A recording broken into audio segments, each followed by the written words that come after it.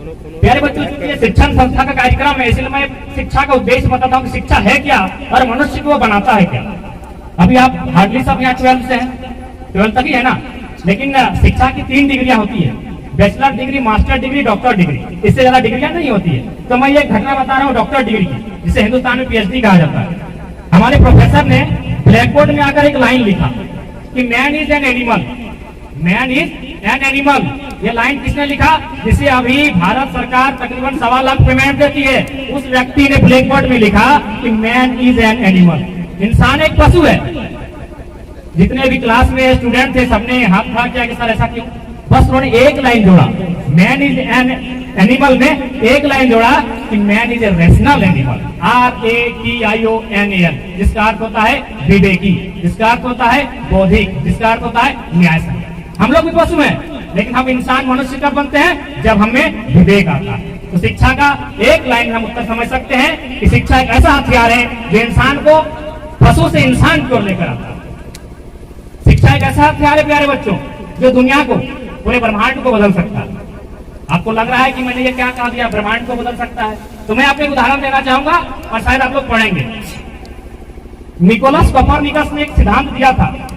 उस समय बाइबिल और दुनिया के सबसे बड़े धर्म जिसे हम ईसाईयात कहते हैं, उसका मानना था कि धरती एक जगह, ब्रह्मांड का केंद्र धरती है और सूरज उसकी परिक्रमा करता है।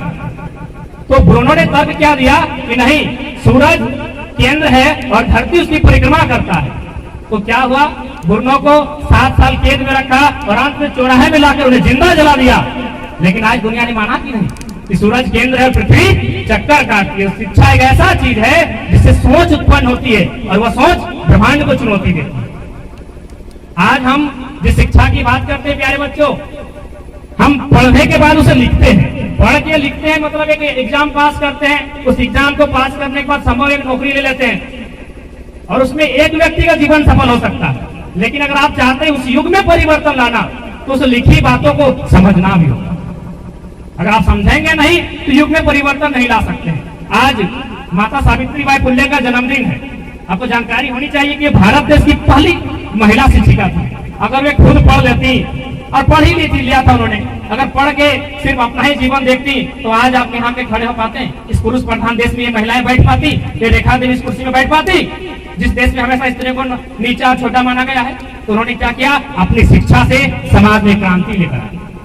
राजा राम मोहन राय हुआ करते थे, वे जब शिक्षित हुए उन्होंने क्या दलील दी कि जितना अधिकार पुरुषों का है उतना स्त्रियों को मिलना चाहिए, और उन्होंने सती प्रथा के खिलाफ आवाज उठाई। सती प्रथा जानते हैं ना, जब पति मर जाए तो पत्नी को भी जिंदा जलना पड़ता था। तो शिक्षा एक ऐसा हथियार है जिससे हम समाज को परिवर्तन कर सकते हैं। शिक्षा एक ऐसा भाव है जहां हम द्वेष घृणा के संसार से प्रेम की ओर बढ़ सकते हैं। शिक्षा केवल चंद रुपए कमाने का तरीका नहीं है प्यारे बच्चों, शिक्षा समाज में बदलाव लाने का हथियार होता है। 10 क्लास के बच्चे आप पढ़े होंगे, नेल्सन मंडेला को पढ़ा है ना आपने? कितने लोगों ने पढ़ा है? Long Walk to Freedom. मैं उनके जीवन से घटना बताना चाहूंगा। वे लगभग 28 से 30 साल तक जेल में थे। उसके बाद वे साउथ अफ्रीका के पहले काले रंग के राष्ट्रपति बने। उससे पहले 300 सालों तक साउथ अफ्रीका में केवल गोरे लोग राष्ट्रपति बने थे। तो एक दिन की घटना है, वे एक रेस्टोरेंट में बैठकर भोजन ग्रहण कर रहे थे। कौन? Nelson Mandela. जब राष्ट्रपति है तो जाहिर सी बात है उनके साथ भीड़ रहेगी। जैसे आज गिरधारी भैया है, नरेश भैया है, ये लोग समाज के जब होते पे है, इनके साथ भीड़ रहेगी। तो राष्ट्रपति थे, उनके साथ बहुत भीड़ थी वे जहाँ खाना खा रहे। लेकिन बगल की कुर्सी में एक व्यक्ति अकेला बैठकर खाना खा रहा। तो मंडेला ने कहा कि उसे भी हमारे साथ ले आओ भाई, वो अकेला क्यों खा रहा? तो उस व्यक्ति को उठाकर मंडेला ने अपनी कुर्सी पर बैठाया और सबने मिलकर खाना खाया। वो व्यक्ति जब अकेला था तब वो ठीक था, हंस रहा था, मुस्कुरा रहा था, लेकिन देश के राष्ट्रपति के सामने आने के बाद थर थर थर थर कांपने लगा। वो व्यक्ति भोजन किया, वो चला गया। सबने पूछा कि सर वो अकेला था तो ठीक था, आपके पास आकर क्यों डरा? अरे आप तो देश के राष्ट्रपति हैं, आपके सामने क्या डर? मंडेला ने कहा सुनो ना, मैं जिस जेल में कैदी था ना, उसका वो जेलर था। कभी हमको मारता था, कभी पीटता था, कभी मेरे जख्मा में नमक छिड़कता था, और आज वो सोच रहा है मैं तो राष्ट्रपति हूँ, वो तो मामूली जेलर है, मैं तो उसके साथ वही व्यवहार करूंगा। तो पागल गलत सोच रहा है। मंडेला अफ्रीका का राष्ट्रपति बदला लेने के लिए नहीं, बदलाव लाने के लिए। तो आपके भीतर जो भावना होनी चाहिए ना बच्चों, वो बदला लेने की नहीं, बदलाव लाने की होनी चाहिए। और आप मैं आपको अपने जीवन के एक वास्तविक घटना से परिचित कराता हूँ कि हम लोग पढ़ते हैं उसे केवल लिखते हैं, समझते नहीं है।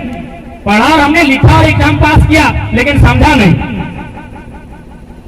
8, 9, 10 में तो सबने गुणसूत्र चैप्टर पढ़ा होगा, एक्स एक्स एक्स वाई। एक पुरुष के पास गुणसूत्र होता है एक्स वाई और स्त्री के पास होता है एक्स एक्स। ये मेरे जीवन की वास्तविक घटना है, मैंने कई अवसरों पर इसका जिक्र भी किया कि रिश्ते मेरी चाची लगती थी, उनका 3 को बेटी हुआ था, तो उनको घर में गाली मिल रहा था। जनरली हम लोग यही करते हैं, आज भी समाज में यही कि बेटी हो गया तो कसूर किसका है? स्त्री का।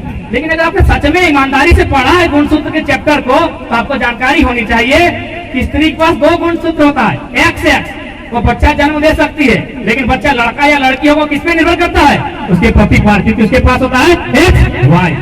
अगर वो एक्स देगा तो लड़की के एक्स मिलके लड़की पैदा होगी, अगर उसके वाई गुणसूत्र आएगा तो वाई और एक्स मिलके लड़का होगा। तो हमने पढ़ा, उसने एग्जाम को लिखा भी लेकिन समझा नहीं। अगर समझती तो शायद वो गाली भी नहीं खाती और मार भी नहीं खाती और खड़ा होके बोलती भैया इसमें मेरा क्या कसूर। इसलिए शिक्षा का उद्देश्य होना चाहिए उसे समझे और युग को परिवर्तनकारीशील होना चाहिए। और आप जिस उम्र में हैं, इस उम्र में आपका मन भी बहुत पावरफुल है और शरीर तो पावरफुल है ही। आप जो चाहोगे कर सकते हो, बशर्ते आपका समर्पित भाव होना चाहिए। मैं पुनः एक उदाहरण दूंगा, आपने नेपोलियन बोनापार्ट का नाम सुना है? अगर नहीं सुना है तो निसंदेह आप लोग सुनेंगे। नेपोलियन बोनापार्ट, शायद उनकी भी उम्र जिस तरह आज जिस उम्र में है उसी उम्र में थे नेपोलियन बोनापार्ट। उनकी माँ उन्हें लेकर एक ज्योतिष के पास गई थी। ज्योतिष समझते हैं ना, जो हाथ को देखते हैं, हाथ को देखने के बाद कहते हैं कि तुम्हारे साथ ये होगा ये होगा। तो नेपोलियन बोनापार्ट के हाथ को देखने के बाद ज्योतिष ने कहा कि इसका जीवन बहुत ही दुखमय होने वाला है। तो उसकी माँ ने पूछा कि आप ऐसा क्यों कह सकते हैं कि इसका जीवन दुखमय होने वाला है? कहा कि इसके हाथ के लकीरों में ऐसा लिखा है।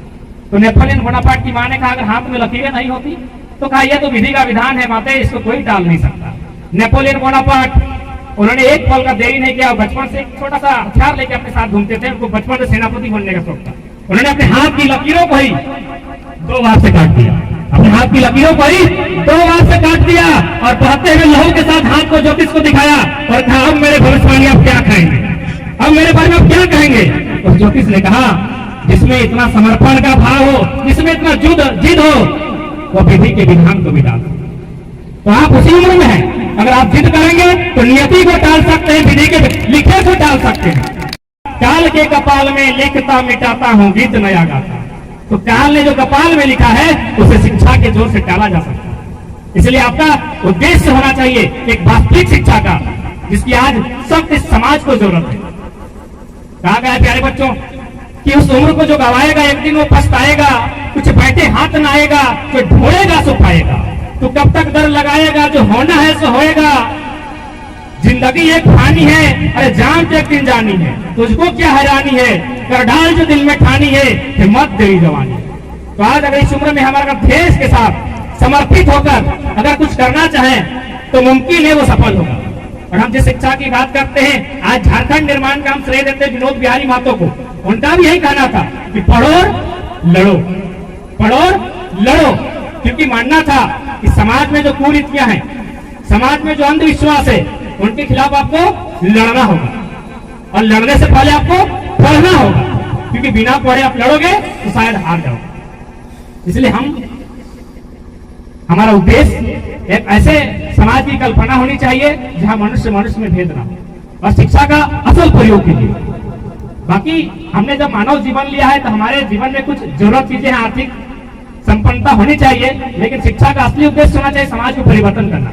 मैं थोड़ा सा अपना अनुभव बताना चाहूंगा, क्योंकि भारत देश आज भी कहीं ना कहीं जात पात को लेकर हमेशा जलता रहता है। तो मेरा व्यक्तिगत मानना है, और मैं थोड़ा सा चुनौती भी प्रस्तुत करूंगा ब्रूनो की तरह, कि जात पात होती है प्यारे बच्चों, जात पात किसमें होती है? पशु और पक्षियों में होती है। क्यों? क्योंकि एक कुत्ते की प्रजाति बिल्ली की प्रजाति से संतान उत्पन्न नहीं कर सकती, एक हाथी की प्रजाति घोड़े की प्रजाति से संतान उत्पन्न नहीं कर सकती है। लेकिन एक मनुष्य की प्रजाति, अगर वो हिंदू है तो मुस्लिम के साथ, मुस्लिम है तो सिख के साथ, अमेरिका वाले भारत के साथ, भारत वाले जापान के साथ, अगर वो जाति में ब्राह्मण है तो राजपूत के साथ, राजपूत है तो कुर्मी के साथ, और कुर्मी है तो कोयरी के साथ बच्चे उत्पन्न कर सकता है कि नहीं? तो फिर जाति कहाँ रही, कहाँ रही जाति? तो जब तक आपने शिक्षा का, जब तक आपकी सोच डेवलपमेंट नहीं होगी, आप समाज की कुरीतियों को चुनौती नहीं दे सकते। तो इसलिए मैं सबसे पहले आपको बहुत बहुत शुभकामनाएं दूंगा, क्योंकि आप देश की रीढ़ हैं, आप देश के भविष्य हैं। आप प्रयास कीजिए, सबसे पहले आप शिक्षित होकर एक अनुकूलित समाज का निर्माण करें, जहां से लोग आपको अपना आदर्श माने और आपसे प्रेरित हो सके। क्योंकि बहुत सारे वक्ता हमारे बीच है, मैं अंत यही कहूंगा कि जीत पक्की है, कुछ करना है तो डटकर चल, जमाने से जरा हटकर चल। अरे लीक पर तो सभी चलते हैं, कभी इतिहास बदल कर चल। बिना काम के मुकाम कैसा, बिना मेहनत के दाम कैसा, और जब तक ना मिले मंजिल राहों में राही आराम कैसा। सोच मत साकार कर, अपने कर्मों से तो प्यार कर, मिलेगी एक दिन मंजिल तुझे, ना किसी का इंतजार। अर्जुन सा निशाना रख, मन में ना कोई बहाना रख, लक्ष्य सामने है तो उसी पे अपना ठिकाना रख। जो चले थे अकेले आज उनके पीछे मेले हैं, और जो रह गए इंतजार करते करते उनकी जिंदगी में आज भी झमेले हैं। तो प्यारे बच्चों, लीक से हटकर चलो और अपने लिए समाज में एक ऐसा स्थान सुरक्षित करो जिसके लिए आप आदर्श साबित हो सके। मैं इन्हीं चंद शब्दों के साथ आपके उज्जवल भविष्य की कामना करते हुए, साथ ही साथ मंथन संस्था का आभार प्रकट करते हुए कि उन्होंने बहुत ही सराहनीय कार्य किया है, और साथ ही हमारे भी बहुत सारे एनजीओ बैठे हैं, उनको भी अभिवादन करते हैं कि उन्होंने भी समाज के बीच जाकर, लोगों के बीच जाकर बहुत ही सराहनीय कार्य किया है। सबको कोटि कोटि धन्यवाद।